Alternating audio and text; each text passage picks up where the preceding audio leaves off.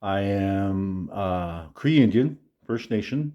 I was born in Lupa, Manitoba, Canada. I had a very abusive father. Yeah. And he beat all of us. I was the second oldest of six, and I have scars on my head where he had taken a picket off the front yard and struck me in the head with it.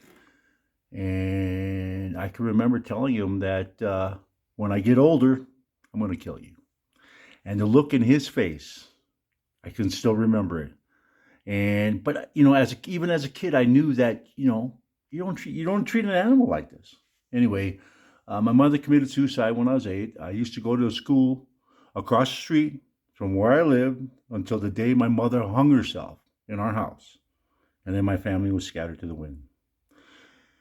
And they paired us up by age. So I was the second oldest, so I went with my older sister.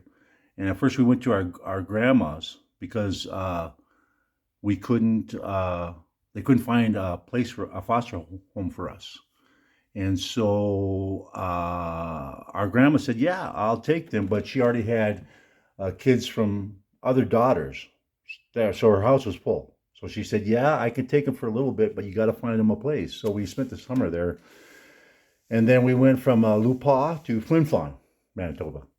And we went to a military family, and the Kunzis that we eventually ended up with did it out of love. This military family did it because you get money, you get paid, and so they did it for the money, and they treated us like animals. We stayed in the basement. We could only eat their leftovers, and we couldn't talk to the children. And they would make us stay outside all the time, even in the winter.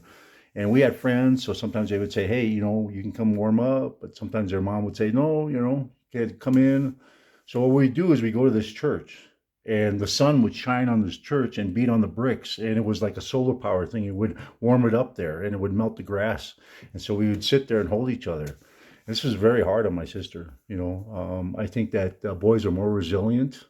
And little girls, they need to be secure. They need to have the security. They have to know they're safe.